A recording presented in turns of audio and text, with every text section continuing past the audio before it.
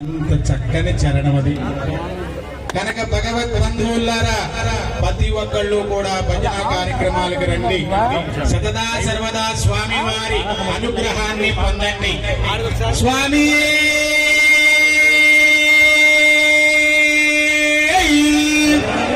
సమస్త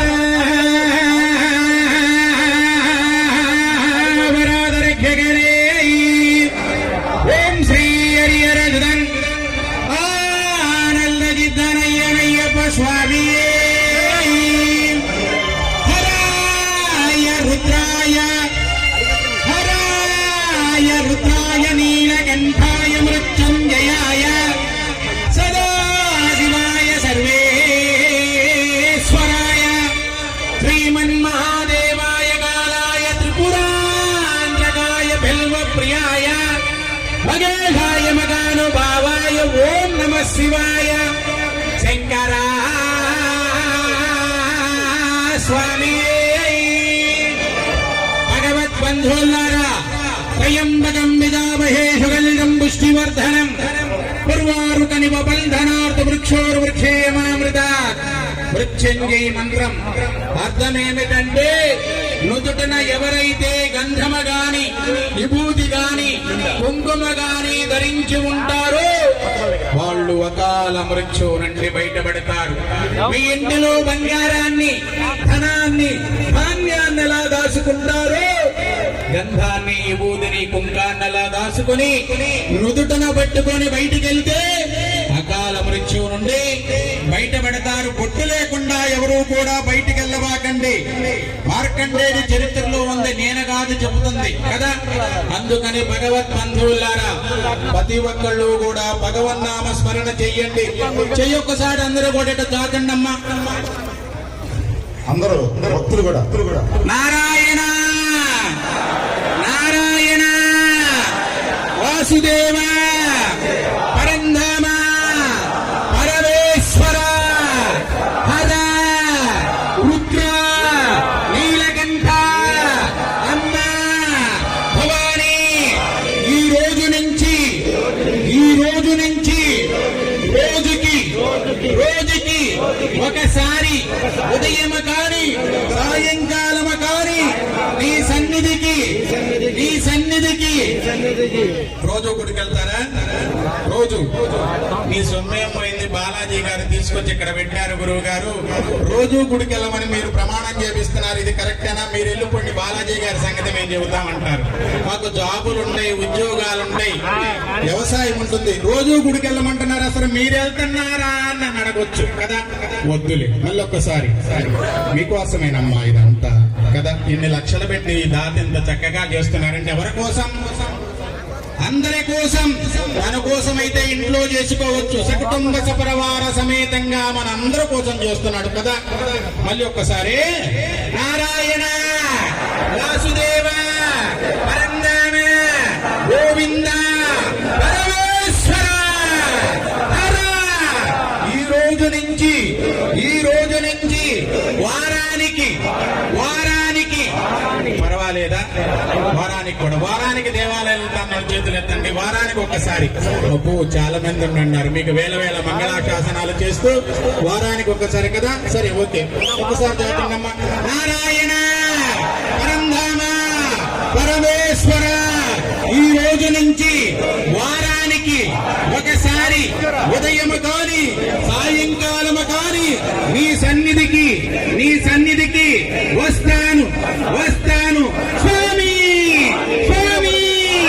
నాకెటువంటి సంబంధం లేదు, స్వామి వారి సమక్షంలో మాట ఇచ్చారు కనుక ఈ వారానికి ఒక్కసారి దేవాలయానికి వెళ్ళండి. వైకుంఠం నుంచి శ్రీనివాసుడు మన ఊళ్ళో ఉన్నాడు కదా. అంటే దేవాలయానికి వెళ్ళపోయినమ్మా ఉదయమే చక్కగా తూర్పు ముఖంగా ఉదయభానుడు ఉదయిస్తా ఉంటాడు. సూర్య భగవానుడు 18 సార్లు ఓం నమో సూర్యదేవాయ నమః, ఓం నమో సూర్యదేవాయ నమః అన్నా కూడా వారానికి ఒకసారి దేవాలయానికి కనుక భగవత్ బంధువులారా అందరూ కూడా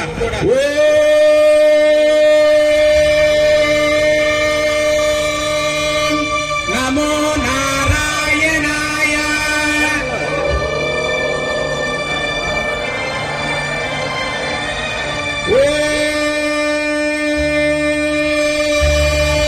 నమో నారాయణాయ